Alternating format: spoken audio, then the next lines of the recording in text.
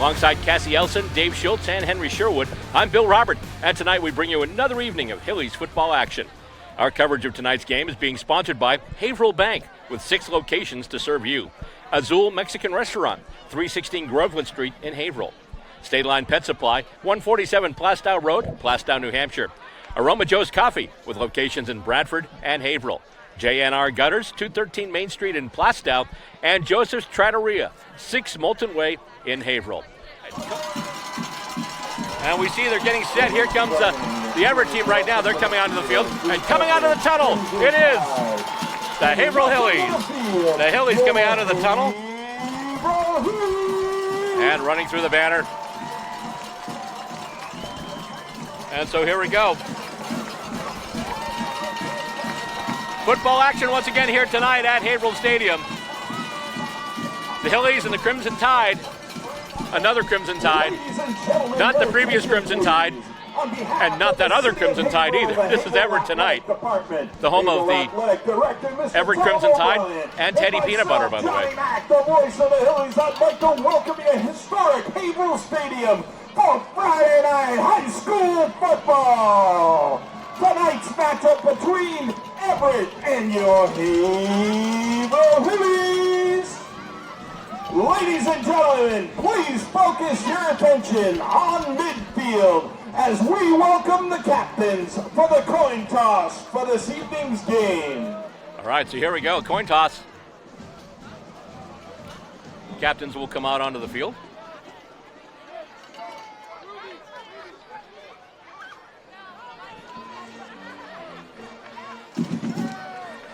Now they've got a bunch of captains on the Everett side.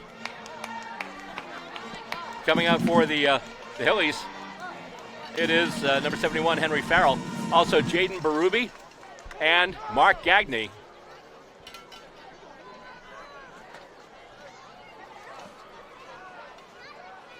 So you've heard of the 4-3 defense. This is like the 3-6 coin toss.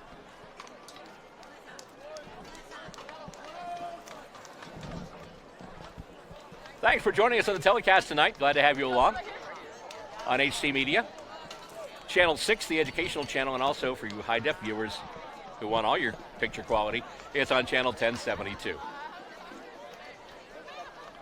And so, Haverhill's going to receive the ball. Haverhill got the ball to start last time, and they're going to do it again this time. Will receive to start the ball game.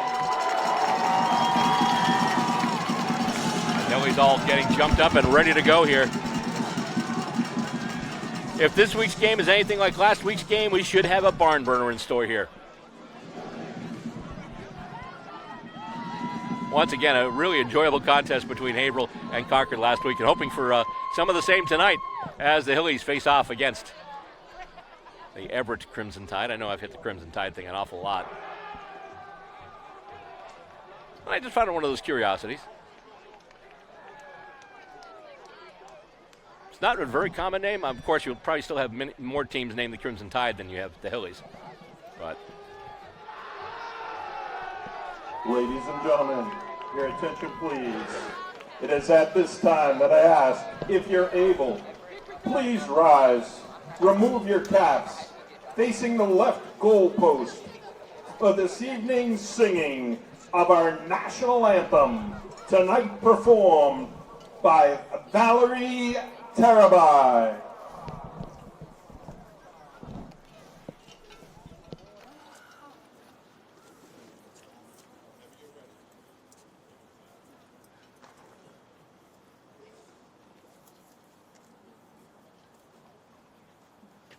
Oh, say, can you see by the dawn's early light what so proudly we hailed at the twilight's last gleaming, whose bright stripes and bright stars through the perilous fight o'er the ramparts we watch were so gallantly streaming, and the rocket's red glare, the bombs bursting in air, gave proof to the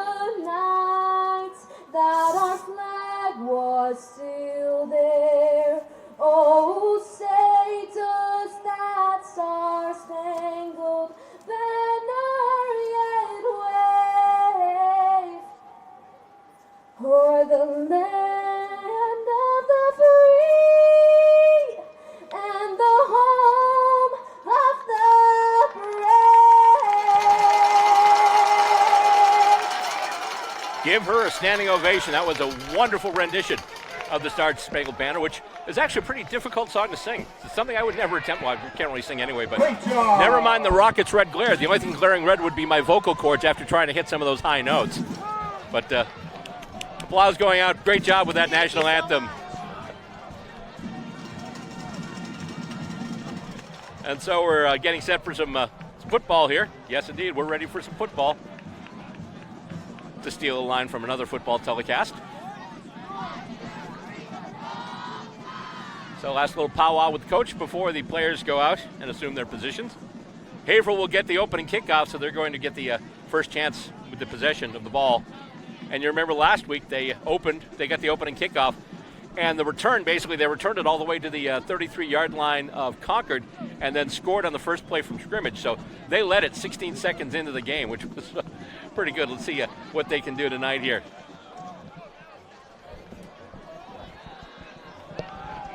And here comes Everett. Crimson Tide taking the field. Or I should say rolling on the field. You know, the whole roll tide thing. Get your hands together for Friday Night High School Football.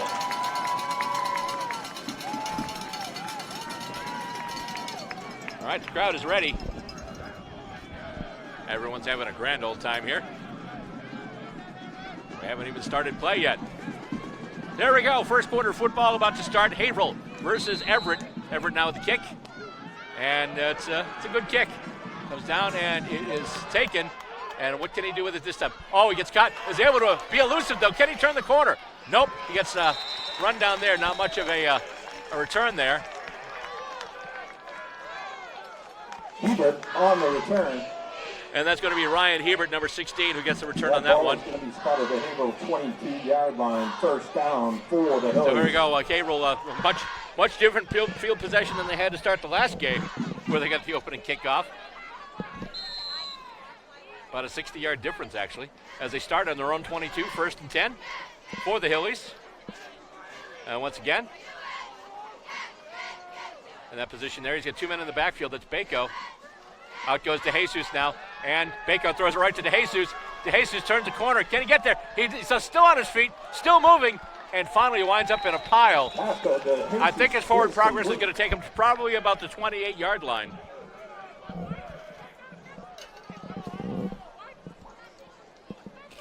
That ball's going to be spotted at the 30-yard line. Second down for it's actually, he made it all the way to the 30.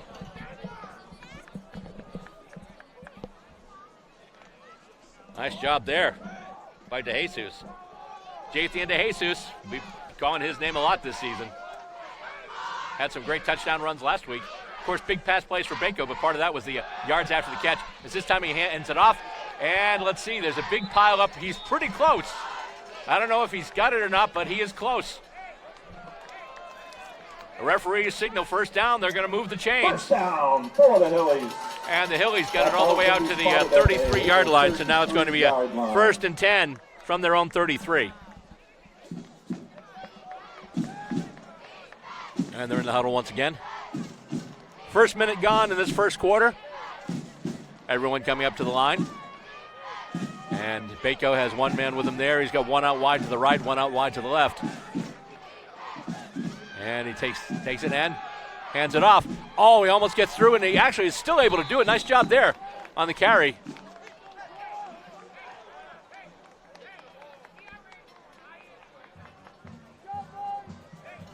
Not sure who got the...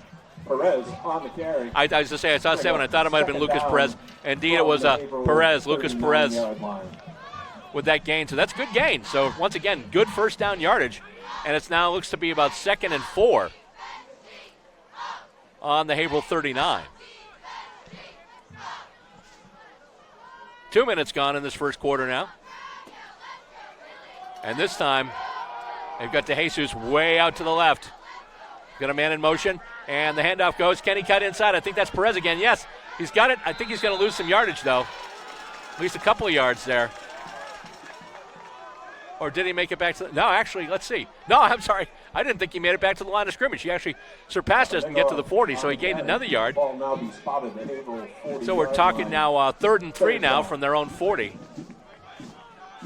Big play here for the Haverhill offense as Bako comes in with the play from the sidelines.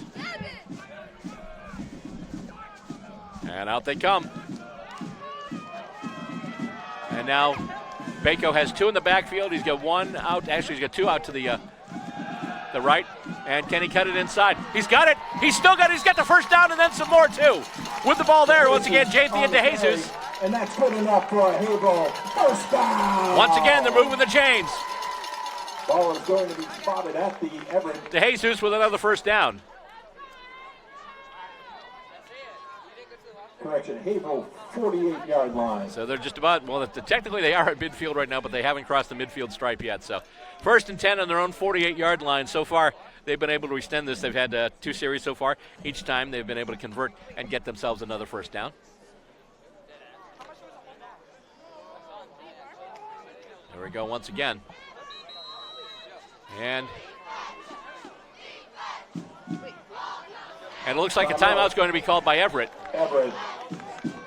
That's early for a timeout. 9:03 left to go in the first quarter. Ladies and gentlemen, if you missed dinner, no points on the scoreboard yet, but Haverhill has been moving the ball. They've already gotten a couple of first downs there. Some good runs there. Perez got them some yardage, as did DeJesus. Beverage is down there as well, and thank you to all of them and all their work that they do throughout the year. They greatly appreciate that. Thank you. Well, they're doing that. Let's discuss the rest of the season here. Now, tonight, obviously, we have the game at Haverhill Stadium against Everett, which is obviously what you're watching right now. Next time we're going to be here, it's going to be Halloween night as the Raiders of Central Catholic come to take on the Hillies. Next week, the Hillies will actually travel to Nicholson Stadium. They're going to play the Rangers in Methuen.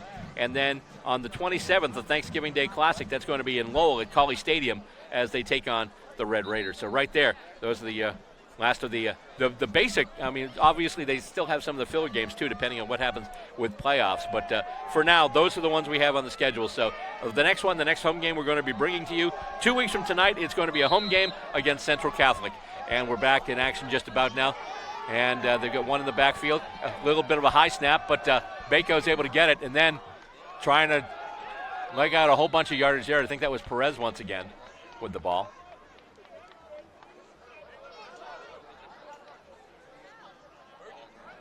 Or was Perez it? on the carry. And that ball now be spotted at midfield. 2nd and 8 for the Hills. 2-yard gain on that one, so now it's 2nd and 8. And the nose of the tip of the ball is touching the 50-yard line. So 2-yard gain on that running play.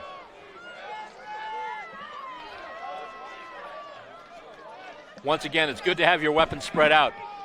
See Papanikolaou in there now. He factored pretty well in the offense last week. And he hands it off once again. That's Perez. Perez gets a few more yards out of it. Perez I believe he's got it all the way to the Everett 47. Indeed he did, so we're looking at a 3rd and 5 now. 47-yard line. 3rd and 5 for the Hillies. They were 3rd and 5 last time, and they got a nice run around the corner. Basically, just he was able to turn the corner, get some space up the sidelines, and get first down yardage. Let's see if we can do that again now. 3rd and 5.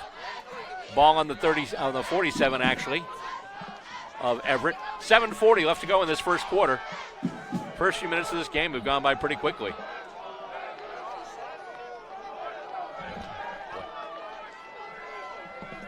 And the snap a little bit high, but Bako gets it now. And, it's actually a fake, and he passes it. Oh, my goodness, here we go again. That's Papanikolaou. Papanikolaou, touchdown. They got me with that play fake last week, and they did it again. Thought he handed it off. I was following the runner up into the middle, and all of a sudden this dart to Papanikolaou split the defense, ran all the way, and that was from the 47-yard line. That was a pass from Bako to Georgios Papanikolaou. So right there with a 7:19 left in the first quarter. Haverhill now on tap, and they're going to go for two, and they're going to get two. As they made the toss there. Didn't see who caught it in the end zone, but was that, I think that was probably DeJesus once again. I think that was JT and DeJesus. So there we go. So they get the 2-point conversion, and all of a sudden they're up by 8. Haverhill 8, Everett nothing.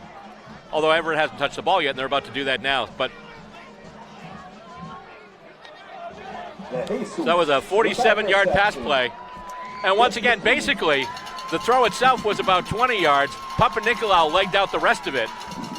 Another big pass play. Last week we were joking a little bit about the fact that we haven't really seen the Haverhill red zone offense because they're running all these things in from like the 30, the 40, the 50. And they start this time once again. This time, though, last time they didn't convert on the initial conversion. This time they not only converted, they converted on a 2-pointer. So now they're up 8-0 over Everett as they're getting ready to kick it off here.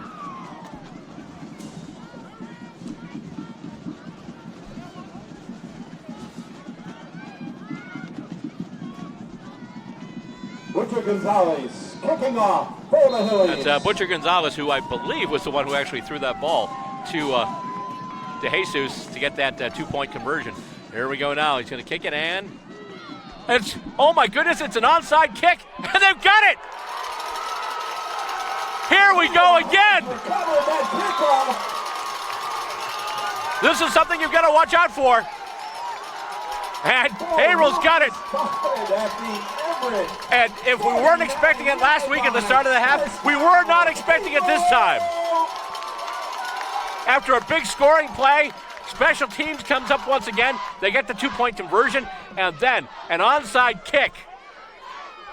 And I mentioned Everett has yet to touch the ball. Everett still has yet to touch the ball. And if Haverhill keeps their momentum going right now, this defense is going to get pretty gassed. They're marking the ball at the Everett 49-yard line, where the Hillies will get a fresh set of downs and another shot at the end zone. I said it last week, I'll say it again. This is crazy. Absolutely crazy. As the snap goes to Bako. And I believe that was let's see, was that DeJesus once again? They pick him up off the ground. Yep, JT and DeJesus. Another gain there. I think he picked up about 5. So it'll be 2nd and 5 as he gets the ball all the way down to the Everett 44. 4-yard line. Direction 45. 2nd down. Oh, here we go. Well, nobody was expecting that, obviously. Most likely Everett. So let's see, actually, they moved the ball back a little bit. Originally, we said it was the 44. They brought it back to the 45, so it'll be 2nd and 6 now after that running play from DeJesus. And this time, DeJesus is going out wide to the left. They've got Papanikolaou wide to the right. Got one man in the backfield. I believe that's Perez. And here we go. Going back to pass now. That's Bako. He throws it. And did he get it? Did he get it? I think he got his hands under it. I think they're going to call it a catch. They did. They are. They're calling it a reception. Another first down. And that's good enough for another Haverhill. As Bako threw it, he threw it low, but the receiver was able to get in there, dive, get his hands under the ball, so it never touched the ground. The officials saw it, ruled it a catch, ruled it complete, and all of a sudden, it's 1st and 10 once again for the Hillies with the ball on the Everett 38-yard line.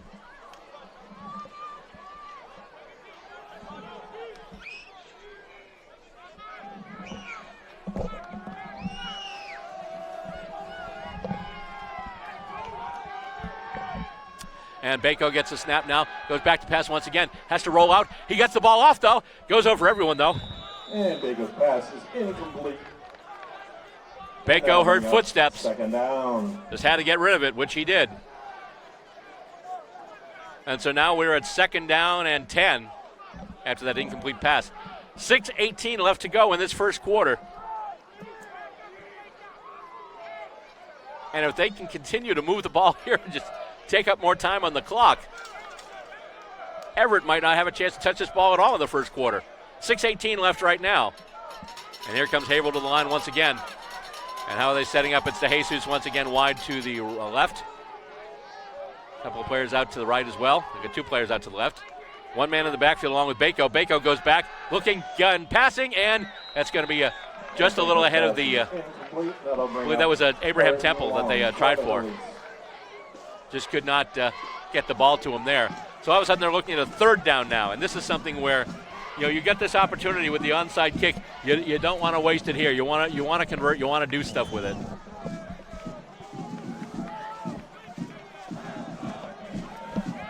Big 3rd down play here for the Hillies. The Hillies have so far converted on all their 3rd down plays, but they haven't been 3rd and 10 yet. There we go. So now, I believe that's DeJesus in the backfield now. And Baco's going to roll out to his left. He's got the rush. It's on and almost caught there. In fact, bounced off of an Everett hand.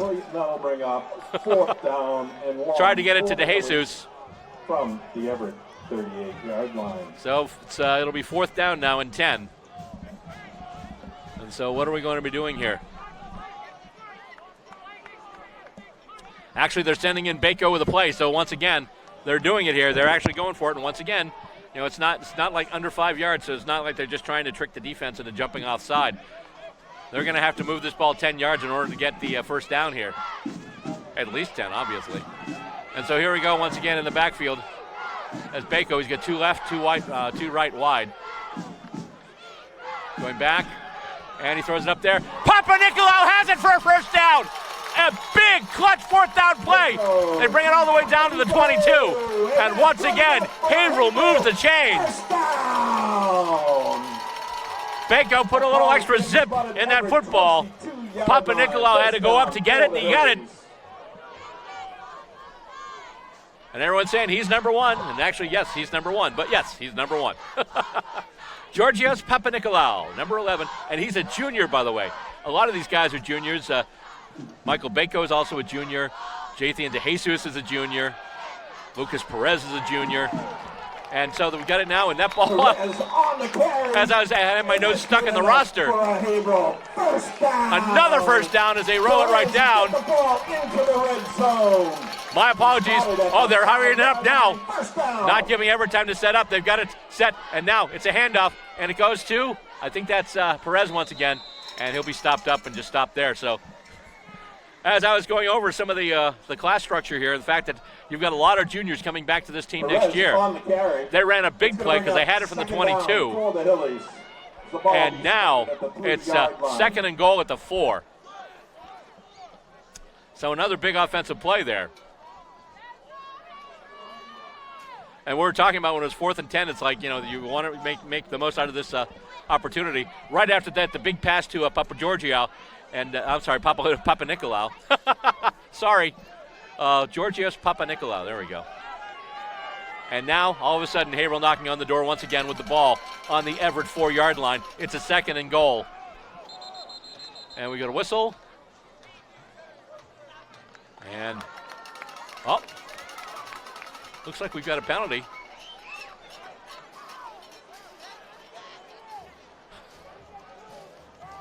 And I believe it was a delay of game. That's what it looked like. So, but against Everett, that'll be half the distance a false to the goal.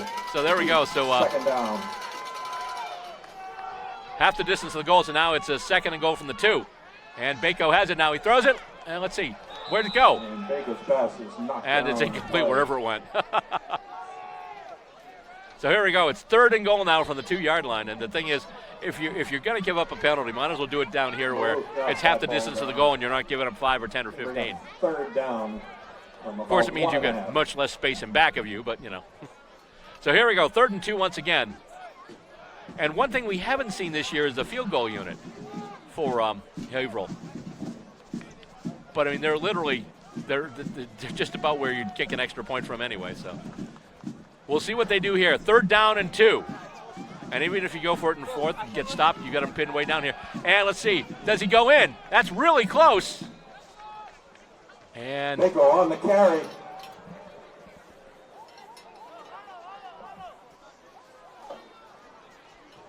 so they get it down to, oh my goodness. Inches for the Hillies. It'll be 4th and subatomic particles. So what are we doing here?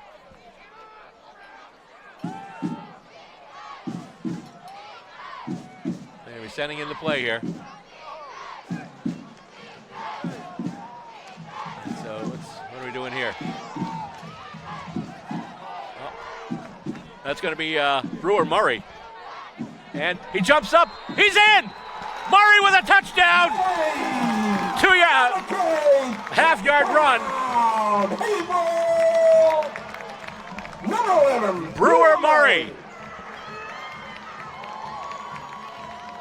He just leaped. And he got it there. With 3:24 left to go in this first quarter. And I would say it's looking good for the home club at this moment.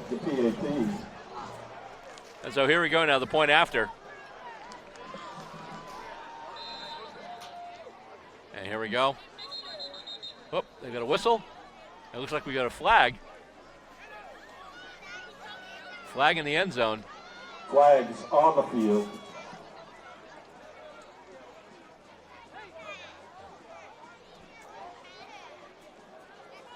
Let's just count there.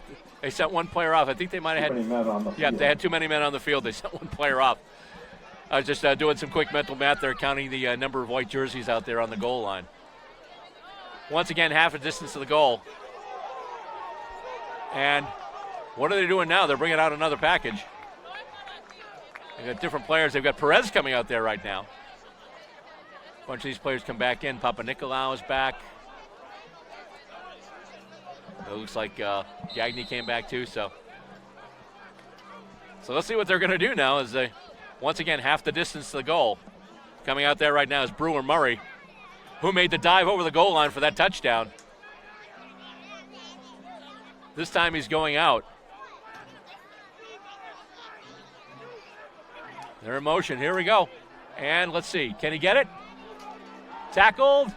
Down, and I don't think he's going to make it. Nope. No good. The extra points are no good. No good, but Haverhill still with a 14-0 lead.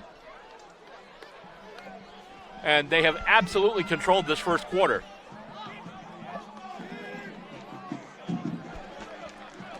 Their first score was almost 5 minutes in. And then on the ensuing kickoff, once again, it's the second time in a row we've seen a successful onside kick from the Hillies. They got the ball right back, and after a couple of third and fourth down kind of cross your finger moments, they finally got it all the way down to the 2-yard line, then the 1-yard line. There was a penalty, and then finally Brewer Murray was able to grab the ball and just jump over the line and get past, break the plane, and get in and get that touchdown. So there we go. So 14-0 now, Hillies. And Everett's like, okay, do we get to play now? As a setup once again by Butcher Gonzalez. Leo Butcher Gonzalez.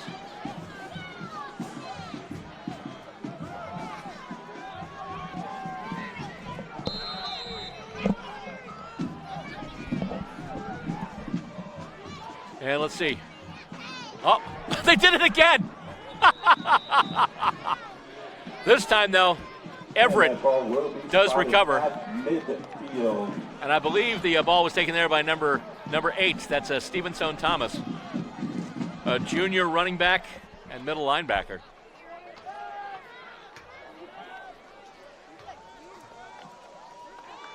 It's one of those, I see what you did there, but unfortunately, they did get it this time, and you've given them excellent field position. We'll see what happens there.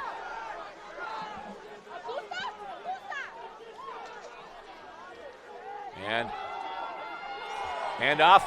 He is held up, basically gets about a yard with his forward progress.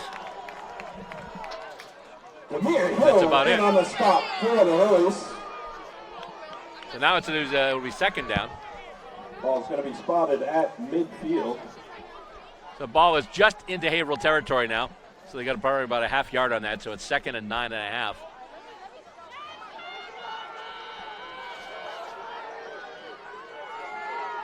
And so here we go. They've got one man out wide. They've got 3 in the backfield. And here he goes now. Oh, boy, going down there. Number 16, I believe, actually. Stephen Thomas on the carry. Stopped on the play by Lucas Perez. That ball will be spotted. So Thomas on the carry there. Yard line. Third down. So third down now, but he was able to get a few yards out of that, so it'll be 3rd and 5 now. And the ball is on the Haverhill 45-yard line.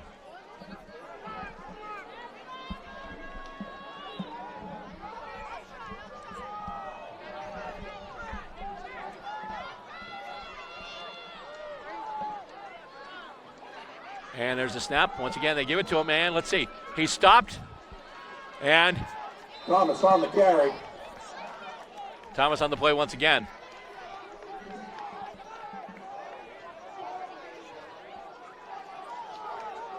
And so it's 4th down and 2 now. He was just, he wasn't giving up. He was staying up. He was getting those feet dug in, but just could not get that yardage he needed for that first down. So now, all of a sudden, Everett's looking at 4th down. And they've got men wide either side. They're probably going to go to the air here. Or will they? Let's see. Yep, he's going back to pass now. Is he going to run it? He's just going to run it. And let's see. He stopped. He is held up, and they're going to give up the ball on downs. So it's a 4 and out for Everett. And maybe there was something up with Haverhill there, because all of a sudden you think, okay, well, they tried the onside kick again. This time they might be expecting it, and they'll get the ball in pretty good field position. They started on the 50, but were only able to get 8 yards out of it total. And then on the last play, they actually took a loss. So now it's going to be first down for the Hillies at their own 43-yard line. So once again, they're starting with terrific field position here. And the way they've been playing right now, they could just take this to the end of the quarter. They're already up by 2 scores. Let's see where we go from here. They send 2 out wide to the right. 2 men in the backfield along with Bako. There's the snap. Bako hands it off. Can he cut inside? Nope, he runs into a wall of Everett players. Literally runs into the Crimson Tide and gets rolled over. And let's see where they count his forward progress. They're going to give him 2 yards, so they're going to say he got the ball to the 45-yard line. On that carry. So we're looking at the 2nd and 8 now. At the Haverhill 45-yard line. So far in this first quarter, Haverhill got the ball to start the half. They got a probably good 5-minute drive, brought it down, scored it, and then on the ensuing kickoff, they went onside. They recover it, spent another 4 minutes with the ball, wound up scoring again, and then basically Everett finally got it, and they had a 4 and out, and now Haverhill's knocking on the door once again, trying to get it to that midfield stripe. They've got 1 wide to the left, 3 wide to the right, and going back in the shotgun there once again is Bako. Bako waiting for the snap. He gets it now. It goes a little high, tosses it out, and there we go. And it's Papanikolaou once again. Oh my goodness, this could be it. He is gone. He gets past everybody, and once again, they put him in motion so that when the ball is snapped, he already has a momentum going. Bako hits him with the pass. And all of a sudden, that was about a 45-yard play. Bako to Papanikolaou, and that's their 2nd touchdown connection tonight.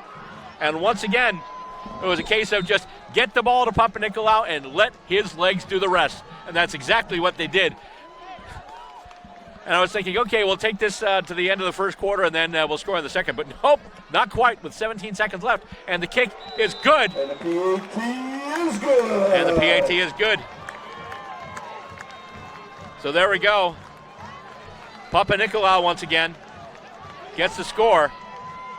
And all of a sudden, first quarter, Haverhill is up 21-0. Wow.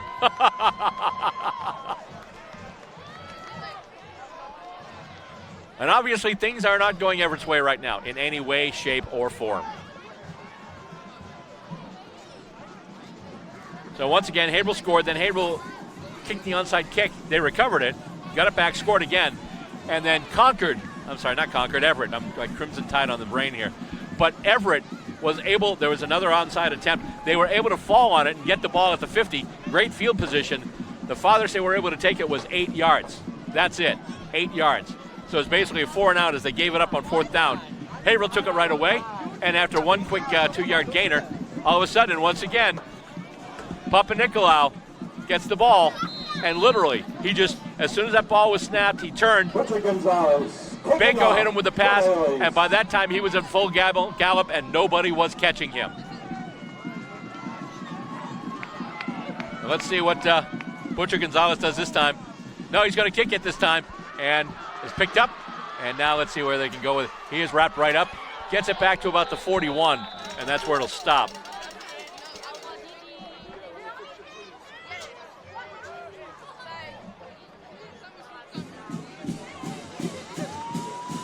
That ball is going to be spotted at the Everett 41-yard line. Okay, so the ball is up to the 41-yard line for Everett.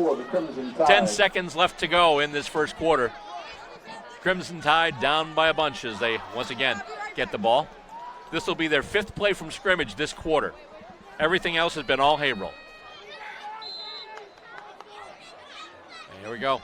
And he's just going to hand it off. Cuts inside, stops right there. I believe that was Thomas again. Gets about 2 yards out of it, and then he is brought down. Perez in on and with that, stop. That is going to do it for this first quarter of play. At the end of one quarter, the score stands the Haverhill Hillies 21 and the Everett Crimson Tide nothing. Second quarter action coming up next right here on HC Media. Gentlemen, your attention please. The cheerleaders are going through the stands selling 50-50 raffle tickets. So there we go right now. That quick discussion will there. Be revealed just after halftime. Once again, Georgios Papanikolaou just he had a pretty good game last time. He has a heck of a game this time.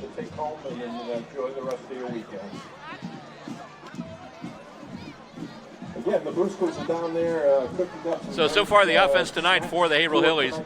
Bako, 2 touchdown strikes, each one to Georgios Papanikolaou, and then the other one, they were about the 1/2 yard line.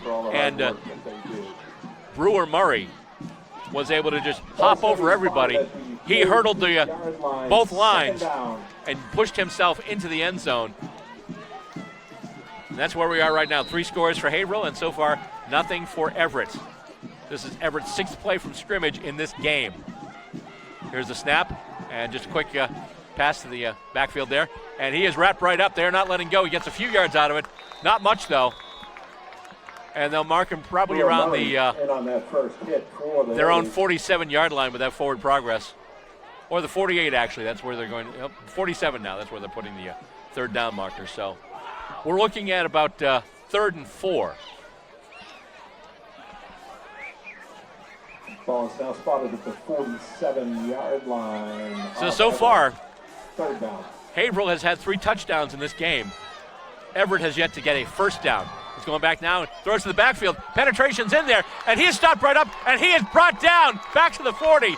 A huge loss of yardage. Big loss on the play. Big loss. The receiver was able to sidestep the first Hilly defender. However, the second one came right in there, and by that time his rhythm was thrown off, kind of like my tongue.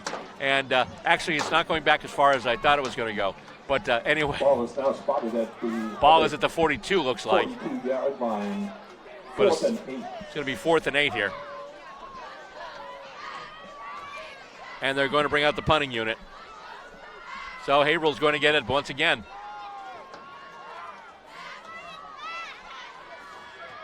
And the kick goes up. That's a line drive kick. And it's going to take, actually, he's going to stop right there.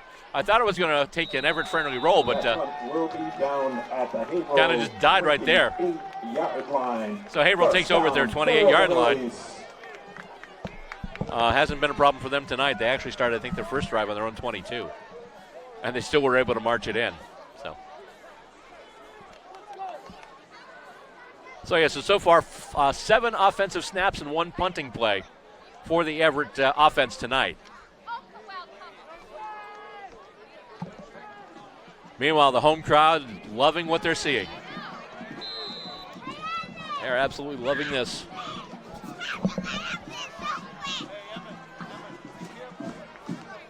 So here we go. Haverhill once again starting out a new drive. Bako calling signals in the backfield. He's got a man in motion. Hands off, and that I believe that is that's going to be Baptiste, I believe. Savi Baptiste. A lot of traffic in that backfield, though. And he is going to lose yardage.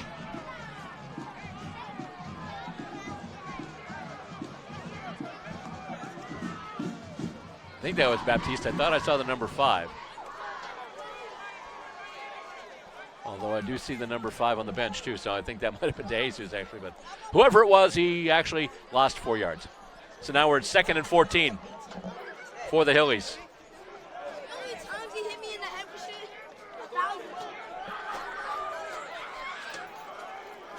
And they come up to the line now. 9:45 left to go in the half.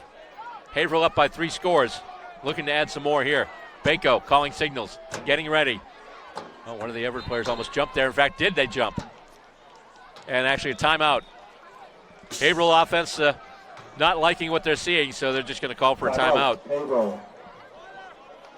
So here we are, 9:33 left to go in this first half. And that last running play, I think that might have been like one of their it's obviously one of their few negative yardage plays, but you figure they've had, a 55 and a 47. So some pretty big touchdown plays. And they also were able to march it in from a half a yard out too. So when they have to go to the red zone goal line offense, they're able to do it. But once again, we haven't seen a lot of that red zone offense because they are just either it's either it's DeJesus or it is Papa Nicolau, but either one of them, you give them any space at all to run and they're gone. You're just going to be looking like, what just, to paraphrase Linda Ronstadt, who was that guy that just blew by you?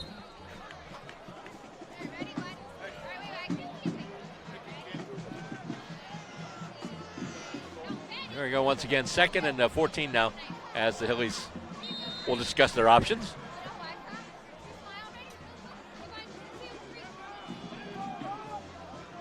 And they've got 2 out wide to the left, 2 out wide to the right, 1 man in the backfield, and Bako calling signals. It looks like that's Perez back there with him. Takes a snap, quick toss, gets it to DeJesus. DeJesus running, and he is free. He's still free. He got hit a couple times, stayed up, and still stays up, and gets the first down. Jathan DeJesus once again gets it all the way out to the Haverhill 43-yard line. Move those chains once again, ladies and gentlemen. Wow, ball on the 44, first down and 10 once again. That was not an easy play because there were 2 or 3 times I thought maybe they had corralled DeJesus. Nope, not quite.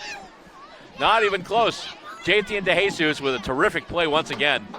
I mean, he was amazing last week, and he's amazing from what we've seen so far this week. Some key first downs from him so far. And once again, the snap and the handoff, and he just punches right through the line. I believe that was Perez again.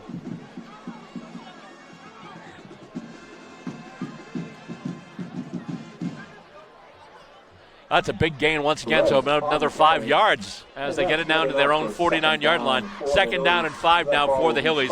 8:30 left to go in this first half of football.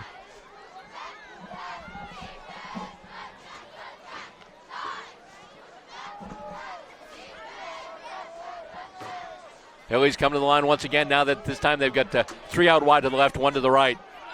1 man in the backfield, and they're going to hand it to him. Here we go now. He's got it. Can he cut? I think that's DeJesus once again. He's close to the first down, if not there. He might have made the first down in his forward progress. Let's see where they mark the ball. And let's see. Was it DeJesus or was it Perez there? I thought. Nope, that was Perez. Ball's going to be spotted at once again, sometimes with these bunched up jerseys, sometimes it's hard to tell from up here. 3rd and short for the Hillies. Plus, these are reading glasses I have on, folks.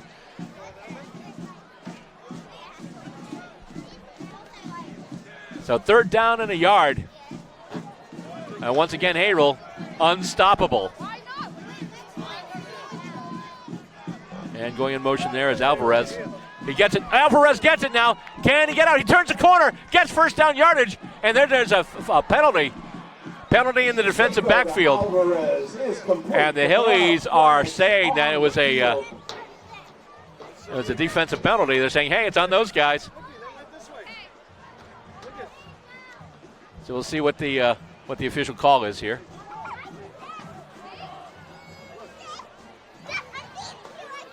And, it's an offensive hold. against the Hillies. So it'll be brought back. It's too bad, too. That was a nice run. I thought he'd get the first down, but obviously that's going to come back. First penalty for the Hillies, I think we've seen this.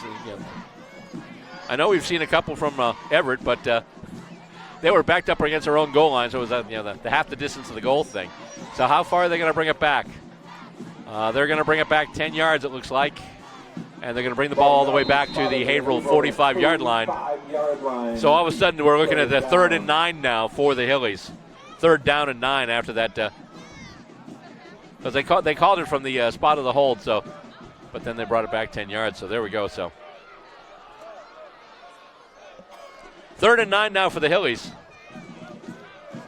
And once again, they've got a couple of receivers to the left. They've got 3, actually. One to the right, Bako calling signals. And we've got flags, all kinds of flags.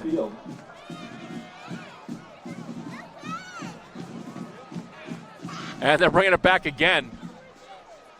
A 5-yard penalty against the Hillies, false start. So it's a false start. 3rd down. Someone jumped on the Haverhill offensive line. So now we go from a 2nd and 2 or 3rd and 2 to a 3rd and 14 now. And Bako has it now. He's just gonna sling it, and he's got his receiver. However, a bunch of Haverhill defenders also have, a bunch of Everett defenders also have his receiver. But I believe that was Papanicolaou once again. Papanicolaou. Yep, it was. So they've got it now in the Everett 49-yard line. 4th and 4. 4th down and 4. And Bako talking to the coach. They're going for it here. Not going to bother with punting. And once again, we're past the halfway point of the second quarter. And we've seen 7 offensive snaps for the Everett Crimson Tide. Talk about time of possession here. This is just absolutely insane. So here we go now. It's 4th and 4. Bako has it. Throws it out, and it's going to go way too far. They'll give it up on downs at midfield. But there are flags. Bako's pass was incomplete. I wonder if we've got, let's see what winds up happening here. The flags in the defensive backfield. Wonder if we'll have defensive PI here. Let's see what we got here. Defensive pass interference. Pass interference against Everett. Defensive PI against Everett, so as a result, they're going to count it off here. And what are they counting off here? It'll be a 15-yard penalty. That'll be a 15-yard penalty. Automatic first down for the Hillies. So Everett had a chance to stop the Hillies, but they shoot themselves in the foot with a defensive PI penalty. And all of a sudden, Bako has it now. Oh, that's a big, long pass. And once again, there's contact there. But it looked like that ball might not have been catchable anyway. So we'll go 2nd down now.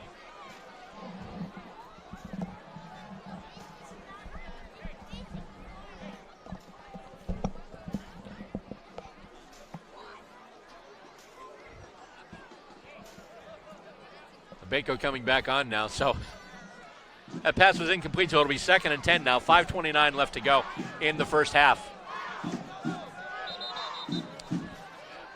Oh, we got whistles.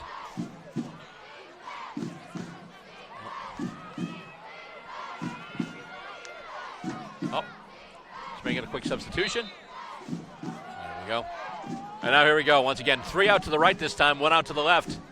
Bako takes it, hands it off to Perez. Lucas Perez gets all the way through and gets himself another first down. Perez on the carry. Oh, the ball is loose.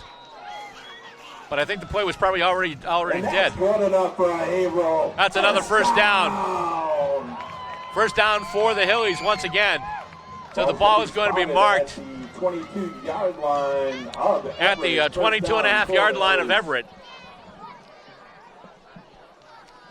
Just under 5 minutes left to go in the first half. And Haverhill knocking on the door once again. Looked like they might have been stopped this time. Everett seemed to finally get some defensive momentum, but unfortunately, they gave it all up with a defensive PI call. And after that, the first play from scrimmage, Haverhill ran it for another first down. So they're back in gear now. Bako has it now, going back to pass, looking for his man. He's got him right now, and oh, had him on a dead run. Hit him in stride. He just couldn't hang on to it. That'll bring up second down.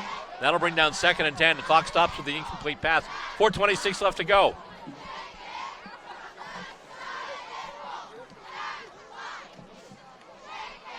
So I was mentioning in the pregame that Everett in their last 3 games have been outscored. I believe the number I quoted was 129-39.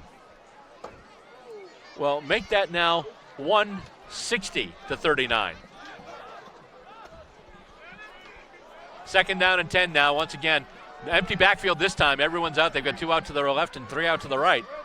Bako throws it and gets it to his man. Can he get through? He can, but not going to make it all the way to the first down, but still carves up a big chunk of yardage.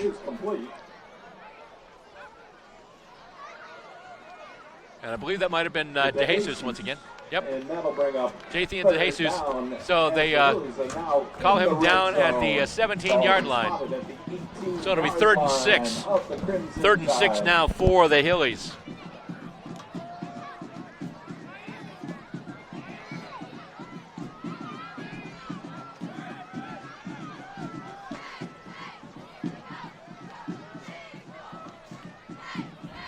One man in the backfield with Bako. He's stepping in right now, calling signals. 2 out to the right, 2 out to the left. And he hands it off. He's all the way through and then gets more yardage too. Perez on the carry. And that's good enough for a Haverhill first down. Once again, Lucas Perez with a big carry here. And all of a sudden, Ball's going to be spotted at the it's 8-yard 1st and goal line. once again for the Hillies. 1st and goal to go. 1st and goal at the 8-yard line. 3:20 left to go in this first half. And Haverhill could be up by 4 scores by the time this half is out. And keep in mind, Everett they're getting the kick to start the second half, but the way Haverhill's been doing these onside kicks, don't expect anything. So here we go now, 2 out to the left, 1 out to the right, here we go. And they hand it off once again to Perez. Perez runs his way through, gets over the 5. Perez on the carry. I think his forward progress is going to bring him to about the 5. Maybe a little further back. No, it looks like he made it to the 6. On the 6-yard line. So, 2nd and goal now from the 6.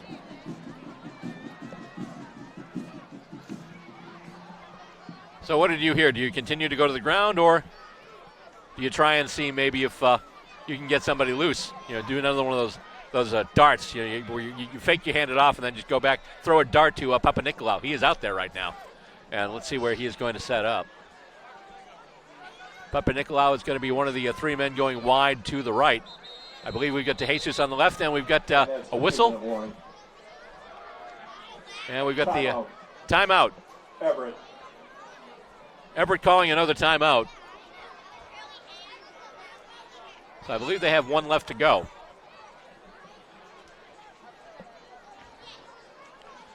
So once again, just a reminder that next week the Hillies will be on the road. They will be in Methuen at Nicholson Stadium to take on the Rangers. Next game that you'll see from us will be on the 31st. It'll be against Central Catholic right here at Haverhill Stadium. You can catch it right here on HC Media, the hometown station of Hilly Nation.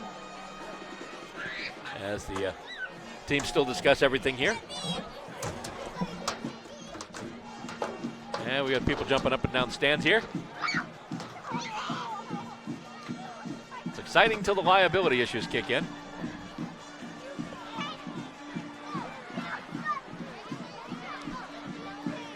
So here we go now. It's 2nd and goal from the 6-yard line.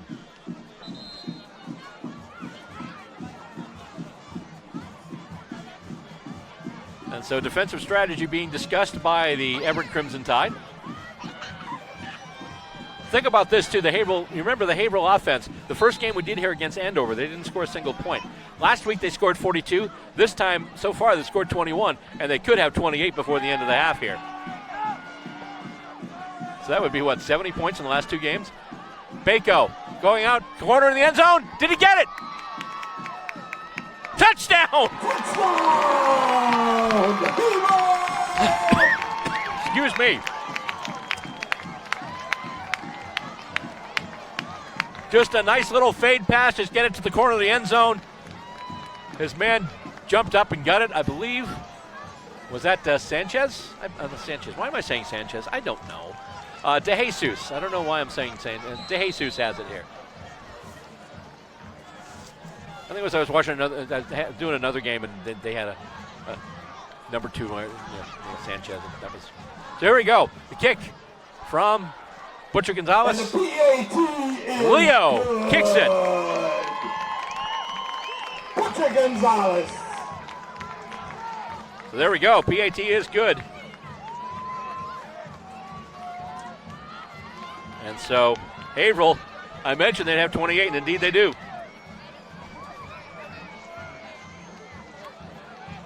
And now it's 28-0.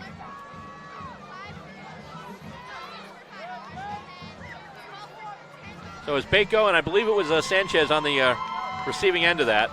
Golly, I said it again. I am apologizing. I apologize to JT and DeJesus. I don't know why I keep doing this. It's DeJesus. It is DeJesus.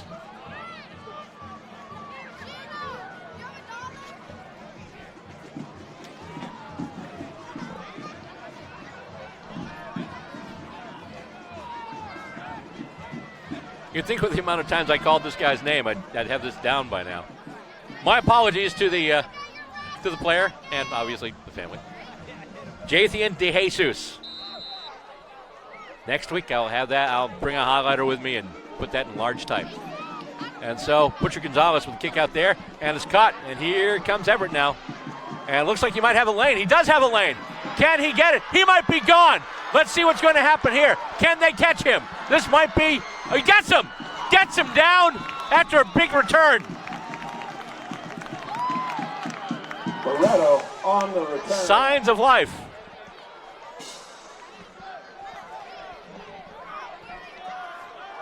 Signs of life from the Everett Crimson Tide. They run back the kickoff all the way to the 15. 16-yard line, actually. First down for the Crimson Tide. So the Crimson Tide had their best field position of the game. Trying to see if they can get something going here, get some points going into the room, which would be huge because they're getting the opening kickoff for the second half. So we could have another 14-point swing here. Goes back. Let's see. Toss it there. I believe that's Thomas once again. Thomas cuts inside. He is brought down. He is all the way through. Touchdown, Everett. Everett with a touchdown.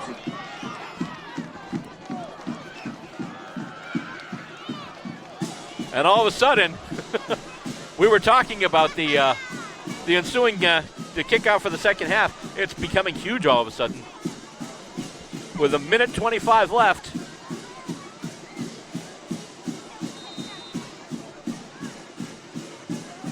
And so that was a 16-yard run. And they're still lining up for the PAT right now.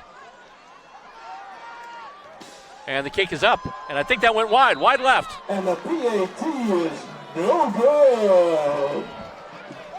But Everett, signs of life.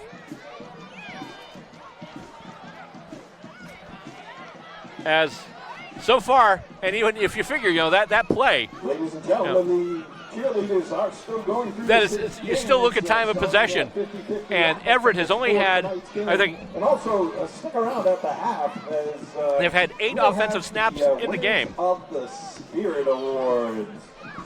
But a huge kick return. And all of a sudden they're going to be bringing. Now here's an interesting scenario.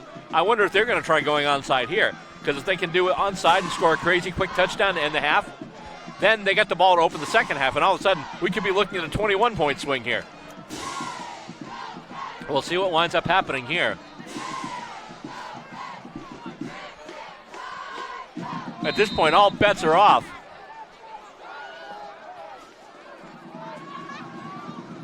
Nope, they're just going to kick it away, although it's going to be a little bit of a bobbler, but it comes up and with it now. Oh, he's got some space to run. That's Papa Nicolau. Papa Nicolau might have a couple of blocks as well. That's a big block there, and he could house as he won't. But, and there's a flag there. That's a huge run back there by Papa Nicolau. And depending on what happens with the penalty flag, right now they're marking the ball down at the Everett 26-yard line. craziness ensues here. You're thinking if Everett can score and then they get the opening kickoff for the second half, but they left too much time on the clock and they kicked it to Papanikolaou, who got across the field. Nice bit of open field running there, and he had a couple of nice blocks to help him out too. But they're, what are they doing here? Actually, the penalty is going to be against Haverhill. And the spot of the foul was the 46 of Everett. So that's a 10-yard penalty. Spotted at the Haverhill 44-yard line. First down for the Hillies. We'll see what happened there. But anyway, that would have been absolutely crazy if the Hillies had started on the 26-yard line. That would have been absolutely crazy. But nonetheless, I mean, they still have a minute 13 to take another shot and score another touchdown. Bako going back to pass. Throws it, gets it, and it's caught. And he rolls out of bounds, so they stop the clock. That's going to be number 13 there. That's Abraham Temple. Temple with the catch. And the big first down yardage. It'll be second and about 1.5. They're once again in Everett territory, and they're just going here. And the clock is still running, so I guess he didn't make it out of bounds. Bako with it now. Dart. Oh, they tried to get it in the middle to Papanikolaou, but they could not do it.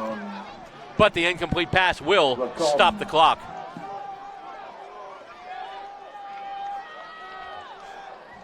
And at this point, you're like, if you're Haverhill, you're like, let's just go for it. Let's do this.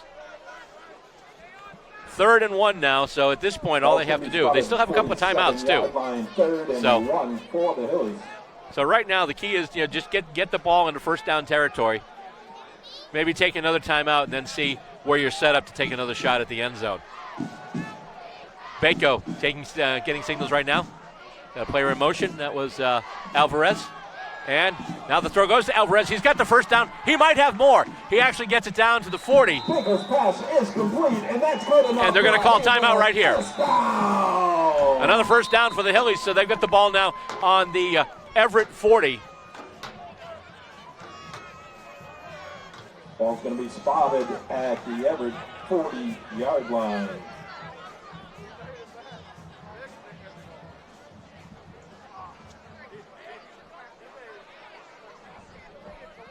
Timeout.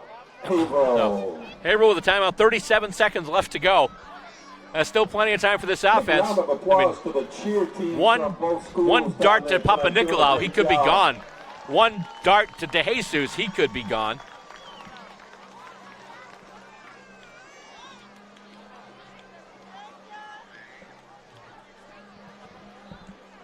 This second quarter, this first half so far from over.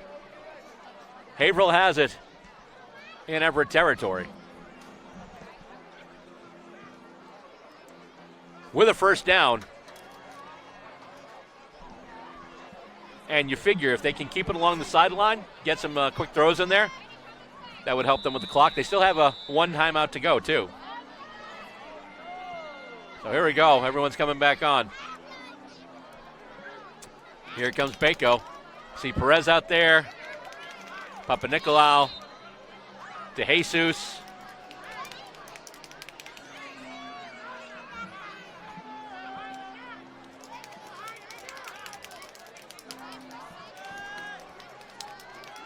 Here we go. Bako with the snap. Sidesteps. And he's just going to put it long. Can he get it to him? No, he can't, but he trips. And I wonder if they're going to call anything on it. Nope. Just an incomplete pass. Just couldn't keep his legs under, and that was, I believe that was from the Crimson Tide 40-yard line. I believe that was that Papanikolaou once again? Just trying to get the jersey number here. So here we go.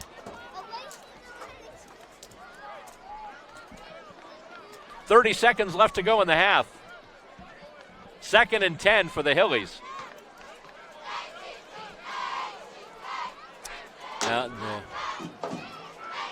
So they've got DeJesus out to the left. They've got 3 guys out to the right. They've got 1 man in the backfield. And here we go, the snap, and he rolls out to his right. Bako's got it now, looking for. He gets a little dart in there. Caught, and then out of bounds. That is a catch, Xavier Alvarez. Alvarez gets it. It's a first down, and it's out of bounds, so they stop the clock. And it's now at the 25-yard line. 25-yard line. Michael Bako is just zipping it in there tonight.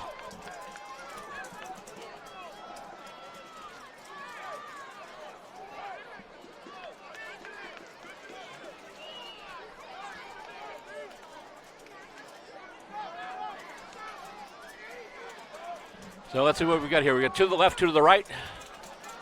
One man in the backfield, that's Perez, along with Bako. Bako's just going to go once again, looking for a target. Let's see. Here comes the rush. He's able to get it out. He's just going to throw it away. 17 seconds left to go. Second down and 10.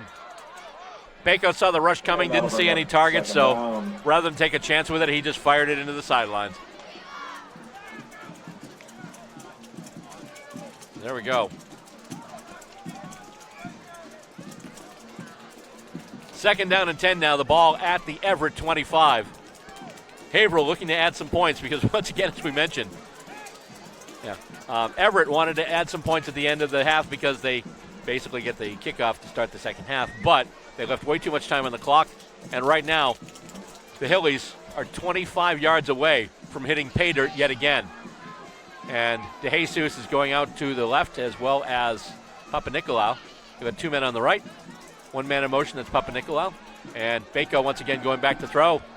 He gets the ball off. He's got somebody in the end zone. And, it's incomplete. Third down and 10 for the Hillies. 11 seconds left. From the Everett 25-yard line. They had somebody down there. I think they had Abraham Temple down there. He just couldn't get it. And it was well defensed, but I'm sure one of the defenders was like, gee, I wonder if I could have had that.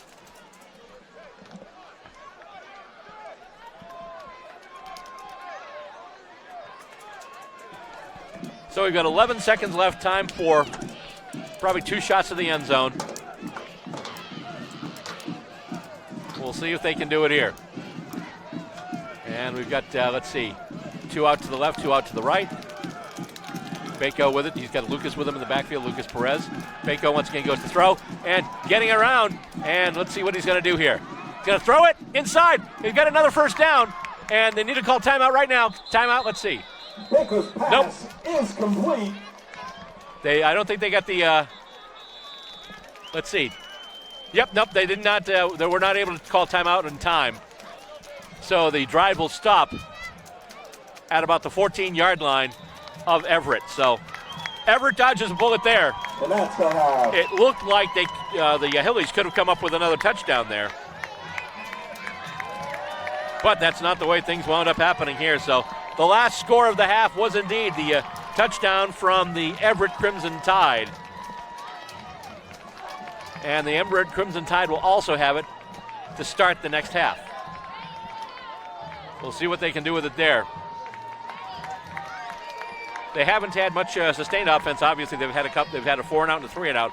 But then after that big run, that big kick return, they were able to get the 16-yard run from Thomas. But they did miss the point after attempt. So right now at halftime, the score is Haverhill 28 and Everett 6. And this is Haverhill High School football, brought to you thanks to our wonderful sponsors who are with us here on the broadcast. Thank you to all of you there. Thanks to Haverhill Bank with 6 locations to serve you. Also, Azul Mexican Restaurant, 316 Groveland Street in Haverhill. State Line Pet Supply, 147 Plastow Road in Plastow, New Hampshire. Aroma Joe's Coffee with locations in Bradford and Haverhill. J&R Gutters, 213 Main Street in Plastow. And Joseph's Trattoria, 6 Moulton Way in Haverhill. Way to thank our sponsors and put a smile on Dave Schultz's face, too.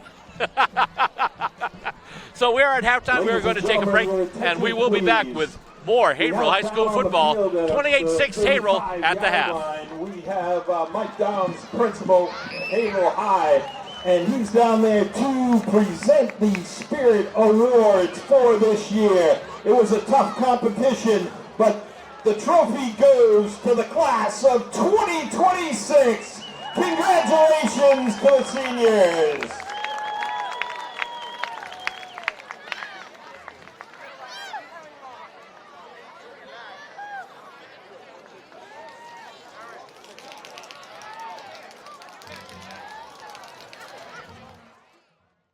Second half about to start here at Haverhill Stadium. Thanks again for tuning in to Haverhill High School football here on HC Media, the hometown station of Hilly Nation. And right now the Hillies, as they come out on the field, they come into the second half with a huge lead, 28-6. And the first half has basically been mostly, if not all, Haverhill. Haverhill with the first 4 scores, basically starting off in the first quarter, about almost 5 minutes in. Bako with a 47-yard pass play. Papa Nicolau picked it up, just turned on the Jets and ran past everybody. They made the 2-point conversion, and that made it at the time 8-0. Then they scored. They brought it back down after recovering an onside kick and bringing the ball back down the field, and they got it all the way down to the half-yard line. And then finally, Brewer Murray was able to jump over the line and get the ball over the plane to get them another touchdown. They were not successful on the point after, so it wound up 14-0 at that stage of the first. Later in the first quarter, actually with only about 17 seconds left, once again another connection there. Bako to Papa Nicolau.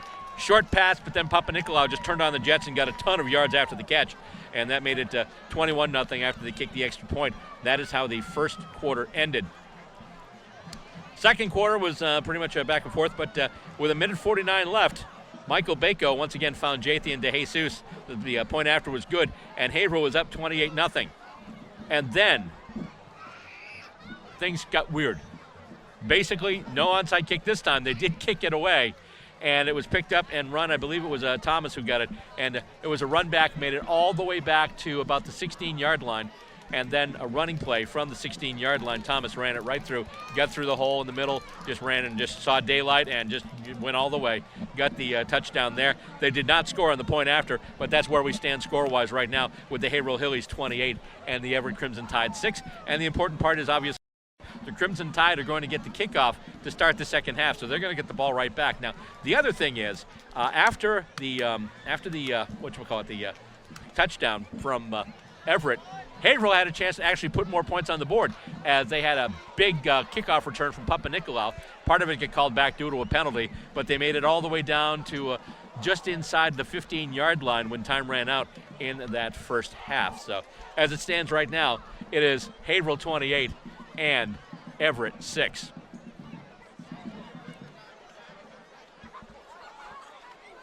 Teams going through their last bit of preparations and planning before they start play in this second half here.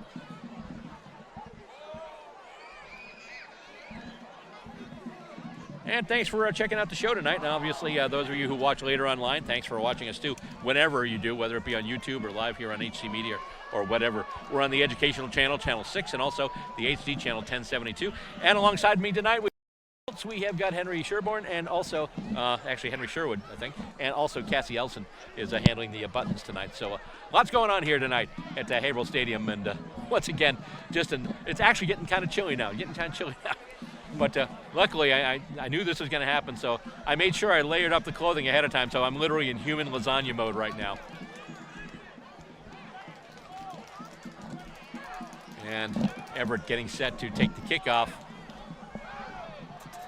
This will be a huge possession for them. Haverhill will be kicking off Haverhill to kick off. The second half. Last week when they kicked off to start the second half, it was an onside kick. And they've already tried a couple tonight, so at this point, bets are off. Who knows what's going to happen?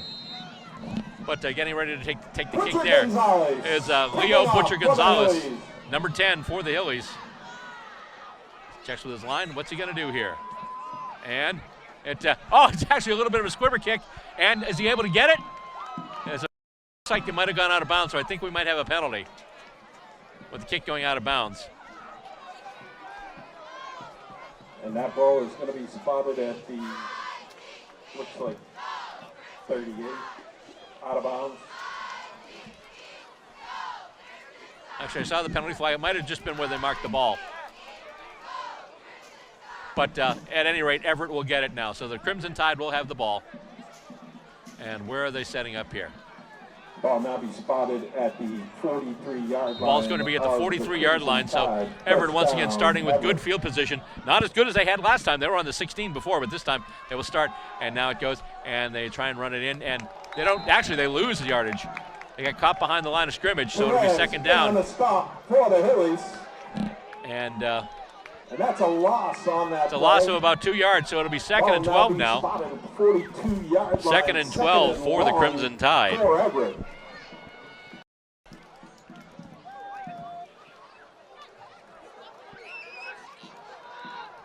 So let's see what's going on here. Second down, 12.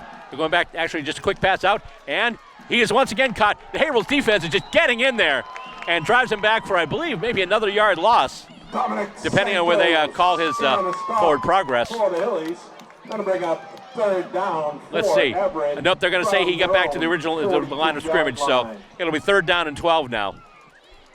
Third and 12 for Everett. Haverhill getting into that backfield, able to make some plays. And here we go once again. They're going back to pass. They get it out and goes off of a couple of players, almost picked. Pass is incomplete. It is incomplete. Fourth and long. It'll be fourth and 12 now for Everett. And once again, you thought they had some momentum going. A, they scored the points. B, they were able to keep Haverhill off the board to end the half. And then they got the ball to start the second half. But barring a big play right now, this could be another 4 and out for the Crimson Tide. And in fact, they've got the punting unit on. Here we go. Here's the kick. And it's kind of a line drive kick. It's going to take a bounce.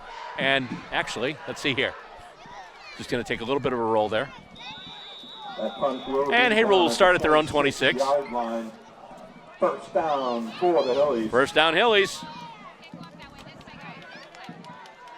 So we mentioned it could be a big thing if Everett scored late, and then they got the kickoff to take off and start off the second half, but they just went 3 and out, and Haverhill's got the ball back. And so now they're chatting some quick offensive strategy here.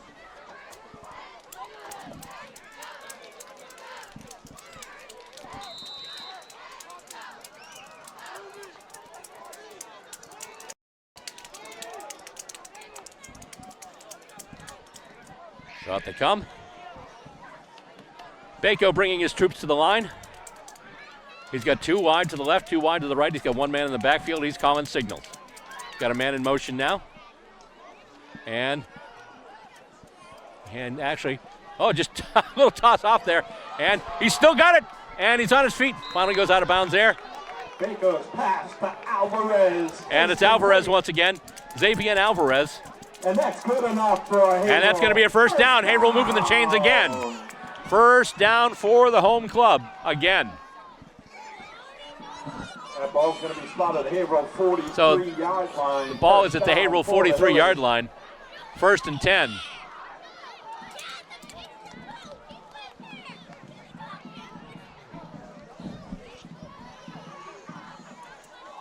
So on one side we've got the Haverhill band here, and also from the Everett band as well here. And Bako takes a snap once again and hands it off, and he's able to get it. Doesn't get much, though, probably about a couple of yards. Alvarez once again with the carry. And let's see, it looks like about 3-yard gain, so that's going to be second and 7 now. Correction, Perez on that. Oh, I'm sorry, it's actually that's going to be Lucas Perez. Perez with it.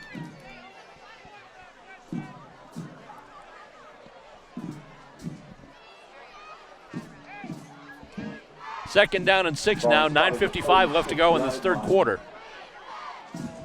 Second and 6. And they've got 2 receivers out either side. 1 man in the backfield, and Bako takes it.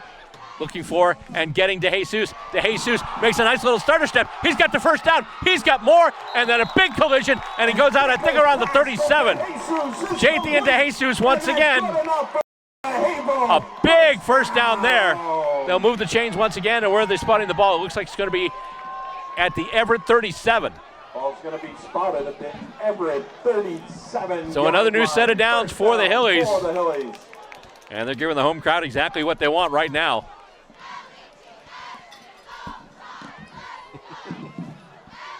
Yeah, we've seen a lot from this Haverhill team the last couple of weeks.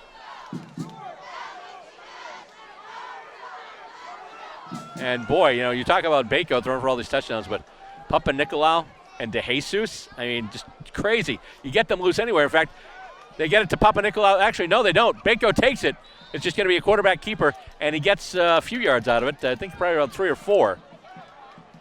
It looks like they're going to be spotting the ball at the no, actually not even. On the keeper. On the keeper, he gets 3 yards as they mark it at the 34. So it'll be 2nd down and 7 now. 34-yard line. 2nd down, 7 yards to go now for the Haverhill Hillies. You're watching Haverhill Hillies High School football right here on the channels of HC Media.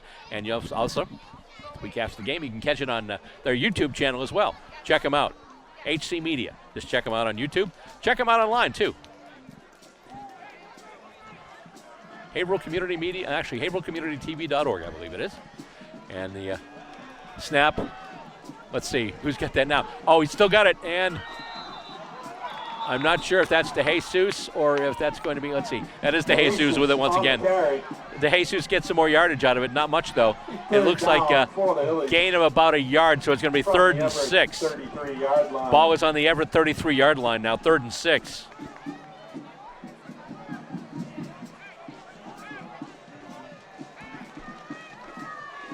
And what did they do here?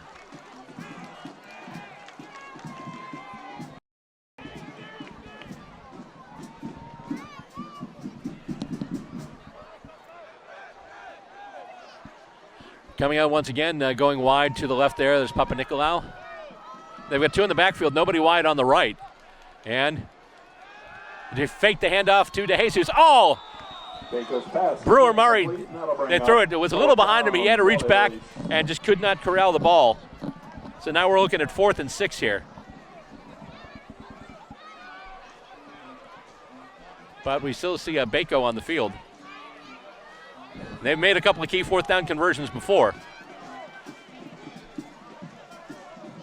And we see Murray come off, Alvarez come on.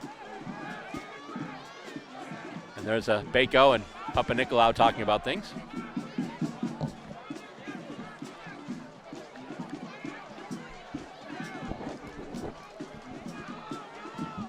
So here we go, 4th and 6, 50 left to go in this 3rd quarter.